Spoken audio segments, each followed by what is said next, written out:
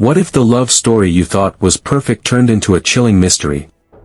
Today's tale takes us to the picturesque state of Idaho, in a serene town called Coeur d'Alene. Here, an almost idyllic couple, Larry and Lori Isenberg, lived what appeared to be a dream life. But hidden beneath the surface was a dark secret, one that would unravel in the most tragic way.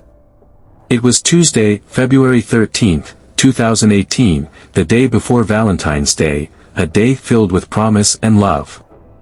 Larry, 68, and Lori, 64, decided to celebrate with a romantic boat trip on the tranquil waters of Lake Coeur d'Alene. They arrived at the marina before the first light of dawn, their spirits high as they prepared for their journey. Their plan was simple: to enjoy the sunrise from the deck and later savor breakfast at a quaint hotel 16 miles away.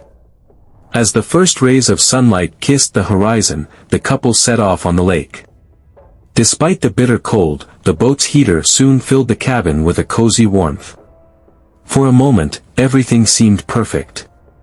But as the morning unfolded, that serene picture was shattered.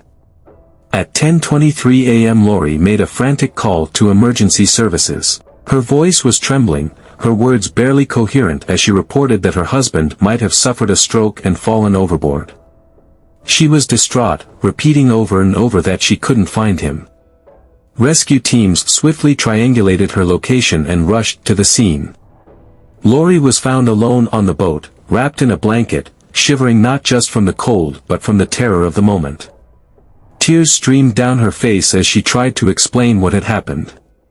Her account was fragmented, interrupted by sobs and gasps. She recalled that Larry had gone to check the engine, which he said was acting up. Moments later, he turned toward her, his face pale and filled with an eerie expression. Then, without warning, he collapsed and fell into the icy waters. In her desperation to save him, Lori said she rushed forward but tripped over the heater, injuring her nose in the process. Blood from the injury streaked her face as she cried out, helpless to rescue her husband in the freezing depths. Divers began their search immediately, but the icy, deep waters of February left little hope of a rescue. The area around Powderhorn Bay, where Lori was found, became the focal point of the operation. It was about 4 miles from their starting point in Sunup Bay, meaning the couple hadn't even made it halfway through their planned route when disaster struck. While Lori was transported to the hospital, police began combing through the boat for clues. Bloodstains were found in multiple areas, but were they from Lori's fall, or was there something far more sinister at play? The serene waters of Lake Coeur d'Alene were about to become the backdrop for an investigation that would reveal secrets no one saw coming. Larry and Lori Isenberg seemed like the epitome of a successful and loving couple. Married for 17 years and together for nearly 30, their blended family was expansive, boasting 8 children, 15 grandchildren, and even a great-grandchild from previous marriages. Their lives were rooted in stability, shared affection, and community respect. Their home was a testament to their hard work and love for each other, a beautiful, sprawling house with a large garden nestled in a charming wooded area on Bobcat Trail in the Cougar Gulch region of Idaho. It was a place filled with warmth, laughter, and memories. Larry, a retired manager from the timber industry, had spent his career implementing forest fire control programs, a role that demanded precision and dedication. Lori, meanwhile, was deeply involved in her community, working for the North Idaho Housing Coalition, a nonprofit committed to providing affordable housing for low-income families. Together, they formed a partnership that appeared unshakable. If you found this story intriguing and want to dive into more captivating tales like this, don't forget to subscribe to the channel and hit the like button. Your support helps us create more content that keeps you on the edge of your seat. And don't forget to turn on the notification bell so you never miss an update. The Isenbergs were the kind of couple that others admired. They spent their free time traveling to places like Hawaii and Europe, embarking on fishing and hunting trips, and simply enjoying each other's company. Their children remembered their marriage as a blend of predictability and charm, steady and loving, with hardly any disagreements. Larry often looked at Lori with a deep admiration that left no doubt about his devotion to her. Their union seemed so solid, so serene, that even their children described it as boring in its lack of conflict. But on that fateful February morning, tragedy struck. When news of the accident on the lake reached their family, disbelief rippled through them.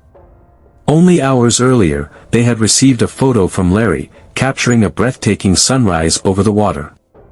It was a poignant moment, now forever marked by what was to come. Despite their initial shock, the children couldn't help but reflect on how typical it was for their parents to embark on such a bold outing, even in the bitter chill of February. As rescue teams scoured the icy waters of Lake Coeur d'Alene, Lori's version of events began to take shape. She recounted how Larry had gone to check on one of the boat's engines, which he claimed was malfunctioning. But as he turned to face her, something was terribly wrong. His face, normally so composed and full of life, had taken on a ghastly expression, pale and strained, as though something within him was unraveling. Then, without a word, he collapsed, tumbling overboard into the frigid depths below. Lori's voice quivered as she described her frantic attempt to help him. She tried to rush to his side, but in her desperation, she tripped over the heater, slamming into the cabin door and injuring her nose. Blood streamed down her face as she struggled to regain her footing, but by the time she made it to where Larry had been, he was gone, swallowed by the merciless cold of the lake. Her panic was palpable. She clutched at fragments of hope, crying out for her husband, but only the deafening silence of the lake answered her. The rescue operator tried to calm her down as she tearfully explained what little she could. The details were blurry, her thoughts fragmented, but one thing was clear: her husband was nowhere to be found. As investigators began piecing together the events of that morning, questions arose. The bloodstains on the boat, were they only from Lori's fall, or was there more to the story? The calm exterior of their seemingly perfect marriage now seemed to hide something darker. What could have caused this tragedy? And why did some of Lori's statements leave more questions than answers? Larry had often joked that retirement was the time he could finally live life on his terms. But had that idyllic life masked something more sinister? The answers lay hidden beneath the icy surface of the lake, waiting to emerge and shed light on the mystery that had shattered the Isenberg's seemingly perfect world. Misconduct related to her position at the North Idaho Housing Coalition. The accusations were serious, allegedly embezzling hundreds of thousands of dollars from the nonprofit organization she had worked so passionately for. This shocking turn of events caused a ripple of disbelief in the community. How could someone as respected and involved as Lori be tied to such a crime? While Lori's arrest appeared unrelated to Larry's mysterious disappearance, it cast a shadow of doubt over her character. Suddenly, the narrative of a loving, devoted wife began to unravel. Investigators started digging deeper, wondering if there was more to the boating accident than initially met the eye. Neighbors and acquaintances began to recount little details they had previously overlooked. Lori, though outwardly friendly, had been described as secretive in some aspects of her life. Some said she was overly controlling when it came to their finances, while others noted her sudden bursts of irritation in what should have been trivial matters. Meanwhile, the news of her alleged financial crimes made national headlines, painting a picture of a woman who might not have been as honest as she appeared. Investigators took a closer look at the Isenbergs' finances and found discrepancies in their accounts. Large sums of money had been quietly shifted over the years. Lori's children from her previous marriage shared their concerns, mentioning how she had become increasingly preoccupied with money in recent months. Could this financial stress have played a role in what happened on that boat? Forensic experts were also examining Larry's health in the days leading up to his disappearance. His recent illness, combined with Lori's story of his unsteady behavior on the boat, hinted at the possibility of natural causes. But there was a gnawing feeling among detectives that something didn't add up. Why had Lori hesitated to call for help immediately? Why was her phone left behind, and how coincidental was it that Larry's phone conveniently surfaced just when she needed it? These questions continued to pile up, creating a web of intrigue that only deepened with each passing day. Then, a breakthrough occurred. Divers searching the icy depths of Lake Coeur d'Alene recovered Larry's body. The discovery sent shockwaves through the investigation. Autopsy results revealed chilling details that turned the case on its head. While the cause of death was officially drowning, there were signs that Larry had sustained injuries before entering the water. These injuries weren't consistent with an accidental fall, they suggested a struggle. As this information came to light, Lori's demeanor shifted. Once distraught and inconsolable, she became defensive and evasive during questioning. She claimed she had no idea how Larry could have sustained such injuries, maintaining that his fall into the water was a tragic accident. But investigators weren't convinced. The bloodstains on the boat, which Lori had attributed to her own nose injury, were tested, and the results told a different story. Traces of Larry's blood were also present, raising the possibility that an altercation had taken place. The media frenzy around the case grew as the story gained traction nationwide. People were captivated by the unraveling tale of a seemingly perfect marriage plagued by hidden secrets. Speculations about motive ran wild. Did Lori's alleged financial troubles push her to harm Larry? Was their marriage not as idyllic as it seemed, or was it possible that something else entirely had transpired on that boat? Lori's arrest for financial crimes complicated her defense. Prosecutors argued that her theft and embezzlement were indicative of a pattern of deceit, suggesting she was capable of more than just fraud. The case against her began to build, brick by brick, as investigators pieced together a narrative that pointed to foul play. Family members were torn. Some of Lori and Larry's children supported her, unable to believe that their mother could be involved in such a heinous act. Others, however, expressed doubts, citing subtle changes in her behavior in the months leading up to the tragedy. The once close family found itself divided, grappling with the horrifying possibility that someone they loved might have played a role in Larry's death. As the evidence mounted, one thing became clear: this was no ordinary accident. Lori Isenberg's life, once the picture of stability and respectability, had become the center of a dark and twisted saga that would ultimately force the truth to surface, no matter how painful or shocking it might be. The question remained: what really happened on that cold February morning? And would justice ever truly be served? Remained in her marriage for several more years, secretly maintaining her relationship with Larry. Eventually, the affair came to light, and both Lori and Larry divorced their respective partners to be together. This decision wasn't without consequences. It strained their relationships with their children and caused a rift among friends and family. Despite the challenges, Lori and Larry built a seemingly happy life together. They appeared to be the picture of a couple who had overcome adversity to find true love. But beneath the surface, cracks in their relationship began to show, cracks that Lori's financial misconduct would later magnify. As investigators dug deeper into Lori's past, they discovered a troubling pattern of behavior that pointed to a woman driven by an insatiable hunger for control and material security. Witnesses described Lori as charming and persuasive, but also manipulative.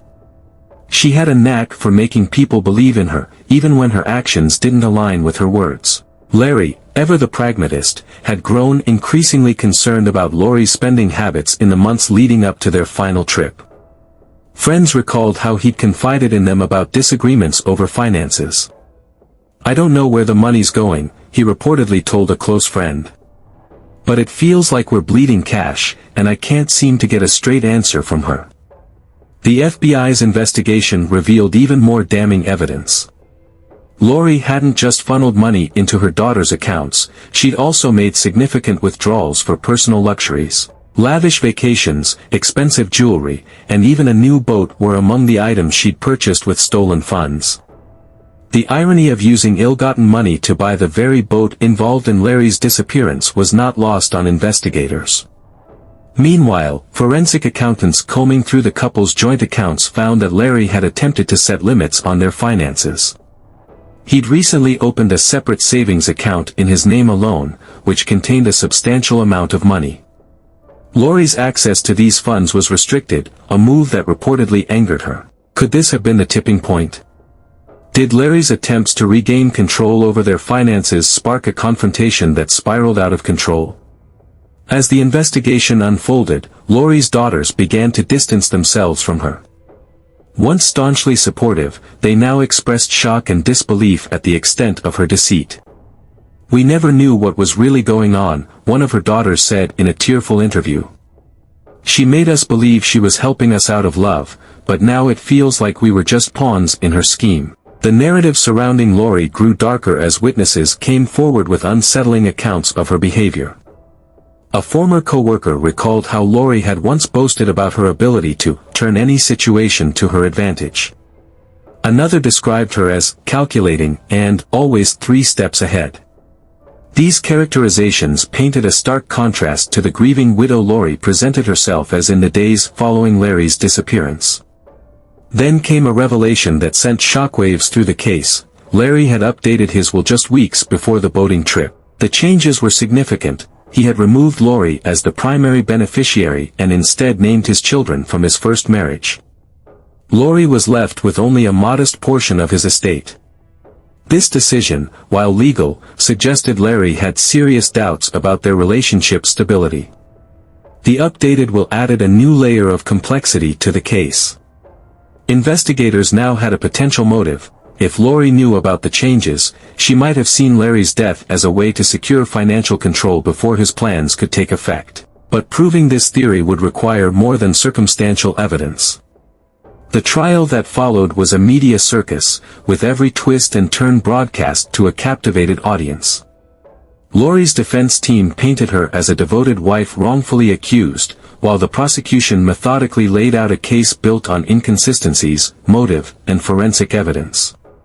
Testimony from forensic experts revealed that the injuries Larry sustained before drowning were consistent with a blunt object, though the weapon was never found. In the end, the jury was faced with a chilling question: was Lori Isenberg a grieving widow caught in a web of unfortunate circumstances, or a master manipulator who orchestrated her husband's death for financial gain? The answer would determine not just Lori's fate, but the legacy of a story that began as a picture-perfect romance and ended in tragedy. With allergies or insomnia, but in high doses, it can cause severe drowsiness, confusion, and even fatal toxicity. The revelation added a new dimension to the case. Investigators now had to determine whether Larry had consumed the Benadryl accidentally, intentionally, or, most disturbingly, if someone had administered it to him without his knowledge. As detectives pieced together the timeline leading up to Larry's disappearance, they began to uncover details that painted Lori in an increasingly suspicious light. Friends and acquaintances who had been present during the couple's final days together described Lori as unusually tense and preoccupied. She had reportedly been insistent on going out on the lake that particular day, despite Larry's reluctance. Witnesses also recalled Lori making several trips to her car shortly before their departure, a behavior that now seemed more significant in light of the toxicology report. Lori's erratic behavior after Larry's death continued to raise red flags. At the hotel her daughters had rented for her, housekeeping staff noted that she frequently burned candles and kept the room in near darkness. She was overheard making frantic phone calls, often speaking in hushed tones. Her daughters, who initially believed in her innocence, began to doubt her as inconsistencies in her stories came to light. The turning point in the investigation came when authorities executed a search warrant for Lori's home and car.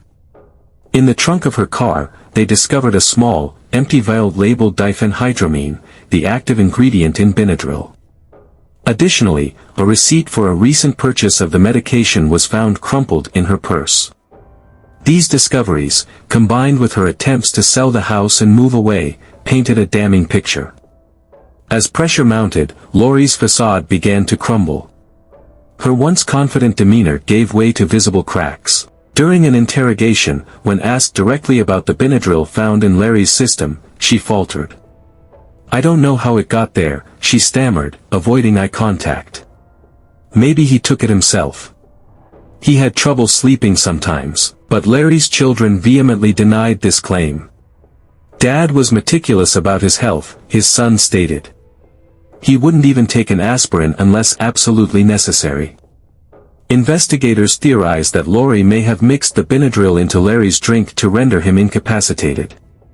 The lack of water in his lungs suggested he was unconscious, or even already deceased, when he entered the water. But how did he end up overboard? Did Lori push him, or had she staged an accidental fall? These were the questions prosecutors sought to answer as they prepared their case. When Lori was officially charged with Larry's murder, the trial became a national sensation. The prosecution argued that Lori, desperate to maintain her luxurious lifestyle and conceal her financial crimes, saw Larry as an obstacle.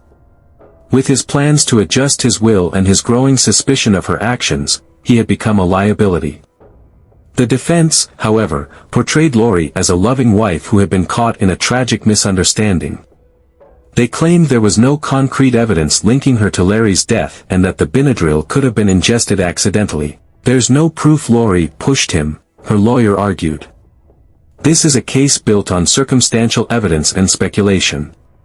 But the most gripping testimony came from Lori's own daughters. One of them, previously supportive, broke down on the stand as she recounted a chilling conversation she had overheard between Lori and a friend. She said, "Larry's too controlling. Sometimes I think about what life would be like without him.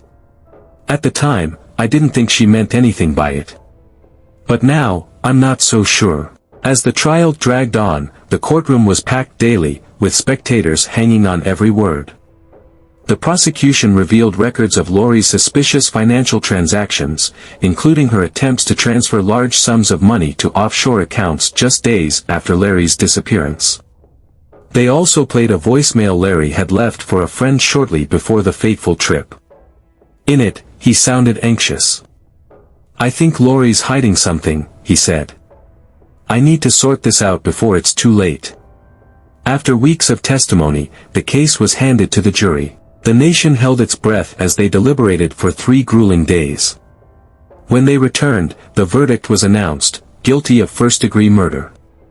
Lori's sentencing hearing was a spectacle in itself. Larry's children spoke tearfully about the impact his loss had on their lives, while Lori maintained her innocence until the very end. "I loved my husband," she declared in her final statement. "I would never hurt him."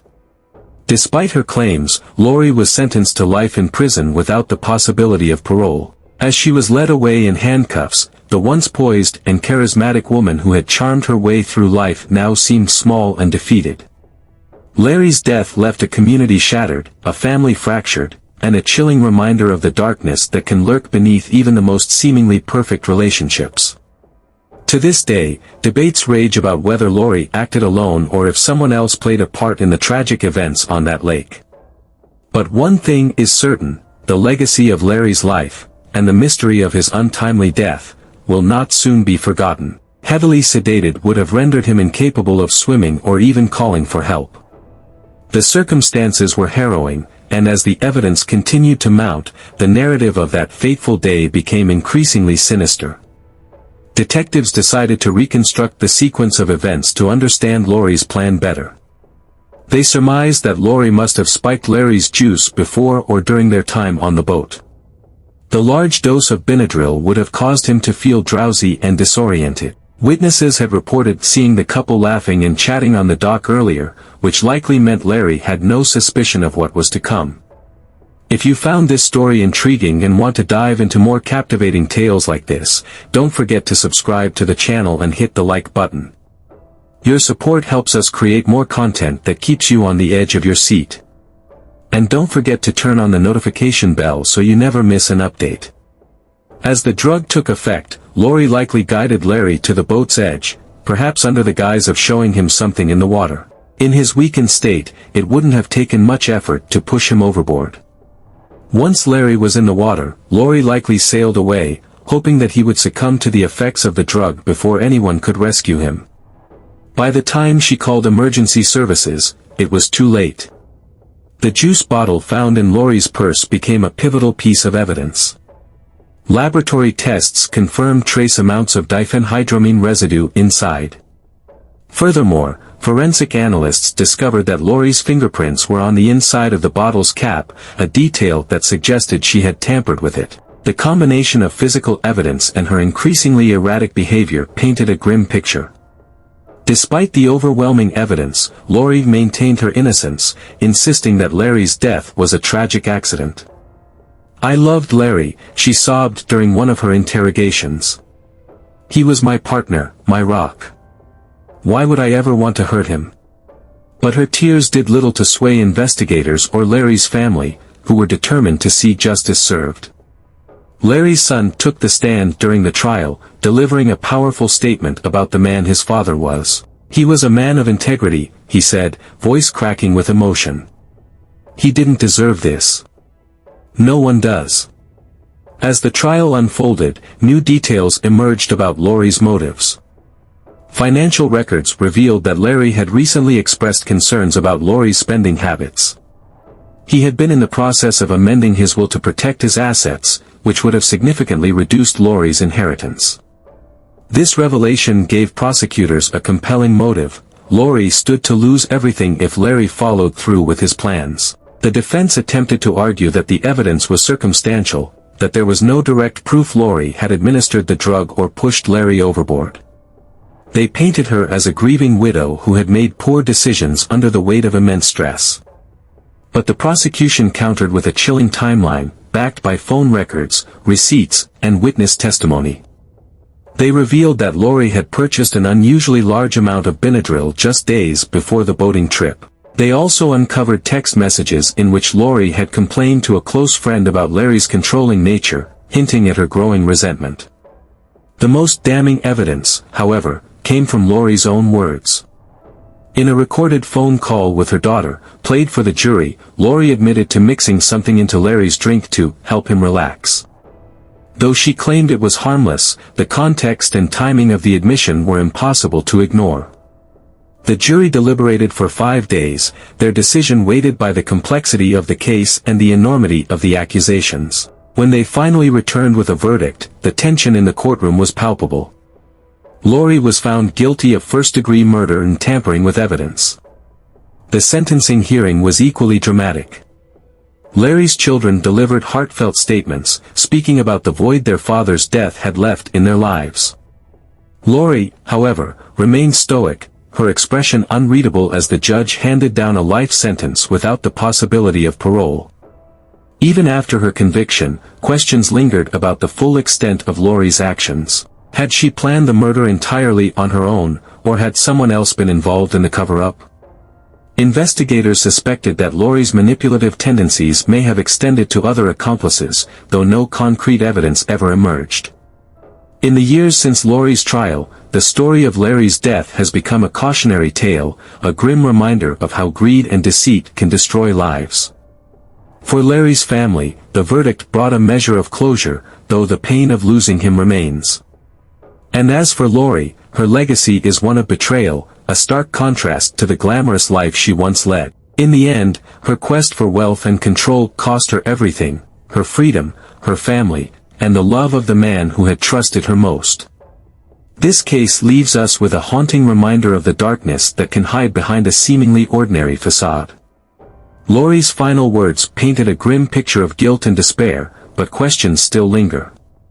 Was her explanation a desperate attempt to salvage her image, or was there a shred of truth in her claims about the tragic mistake? The courtroom fell silent as Lori concluded her statement. Her calm, steady voice belied the storm of emotions her words unleashed among the families present.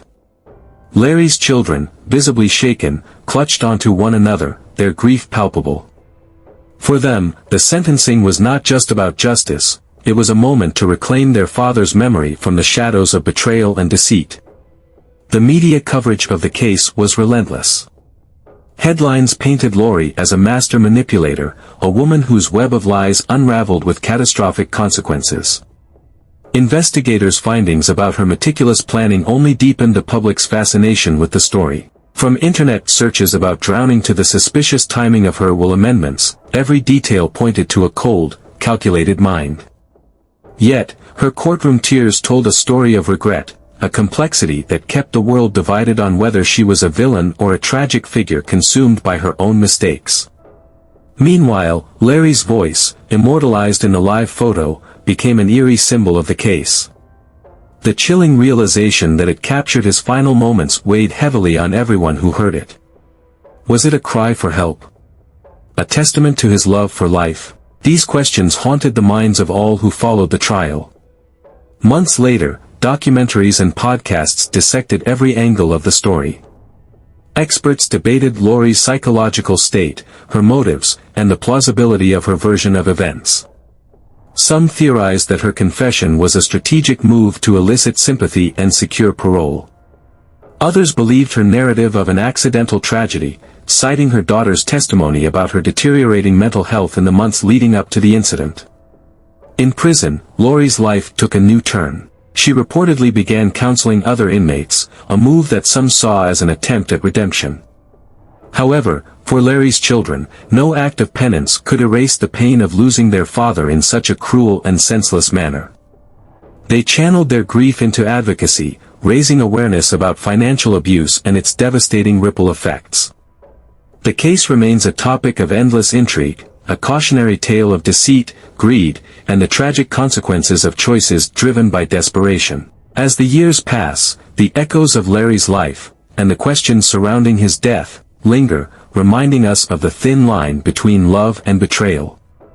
And so, the story ends, but its impact endures. Larry's legacy lives on, not just through the memories of those who loved him, but in the stark lessons his tragic fate has imparted to the world. Take a moment to reflect on the fragility of trust and the choices we make when life storms threaten to drown us. If you found this story intriguing and want to dive into more captivating tales like this, don't forget to subscribe to the channel and hit the like button. Your support helps us create more content that keeps you on the edge of your seat. And don't forget to turn on the notification bell so you never miss an update. Let us know your thoughts in the comments below. What would you have done in this situation? Thanks for watching, and we'll see you in the next video.